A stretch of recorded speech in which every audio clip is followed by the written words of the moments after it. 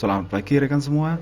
Kali ini kita akan belajar tentang BEPS, yaitu Base Erosion and Profit Shifting, yaitu istilah yang digunakan oleh negara-negara anggota G8 atau G20 dan AOCD untuk menjelaskan praktek usaha yang dilakukan oleh banyak perusahaan multinasional untuk memindahkan keuntungan usahanya melalui skema transfer pricing negara yang memiliki atau menerapkan tarif pajak yang rendah. Secara umum, selain melalui transfer pricing, praktek BEPS ini juga dapat dilakukan atau dapat terjadi antara lain adalah praktek hybrid mismatch, yaitu pemberlakuan transaksi yang berbeda oleh setiap negara untuk menghindari pajak, dan pemberian special purpose entitas atau disingkat SPE yang telah memberi keleluasaan kepada perusahaan multi company untuk mengalihkan keuntungan usahanya ke negara lain. Nah, praktek semacam ini dapat menciptakan kompetisi yang tidak sehat di antara pelaku usaha dan menciptakan ketidakadilan kepada wajib pajak untuk mematuhi kebijakan atau regulasi perpajakan. Lebih jelas kita akan jelaskan bahwa BEPS ini adalah menggunakan atau mengeksploitasi peraturan perpajakan secara nasional.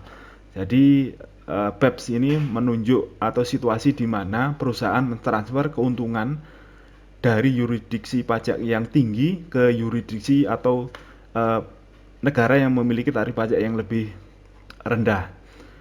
Atau dengan kata lain adalah mencari celah aturan perpajakan internasional yang ditetapkan untuk memastikan bahwa perusahaan tidak tunduk pada pajak berganda atau double taxation ketika mereka beroperasi di negara lintas negara atau cross border. Seperti kita tahu bahwa ada beberapa mekanisme yang populer untuk BEPS ini adalah ada 3. Yang pertama adalah hybrid mismatch, kedua ada special purpose entitas, dan transfer pricing. Kalau hybrid mismatch ini adalah pengaturan di mana digunakan untuk perlakuan pajak yang berbeda dari yang sama entitas atau instrumennya, atau transfer antara 2 atau lebih yurisdiksi.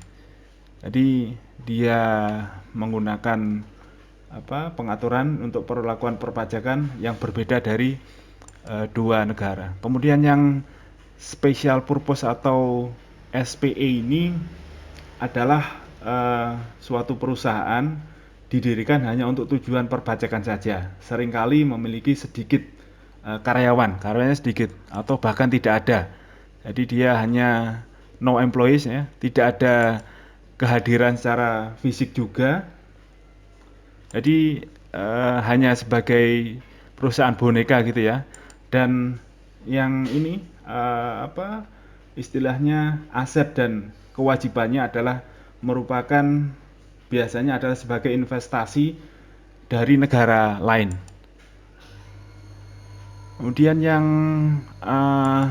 untuk special purpose ini biasanya adalah bisnis intinya adalah untuk pembiayaan kelompok atau seperti macam aktivitas holding gitu ya.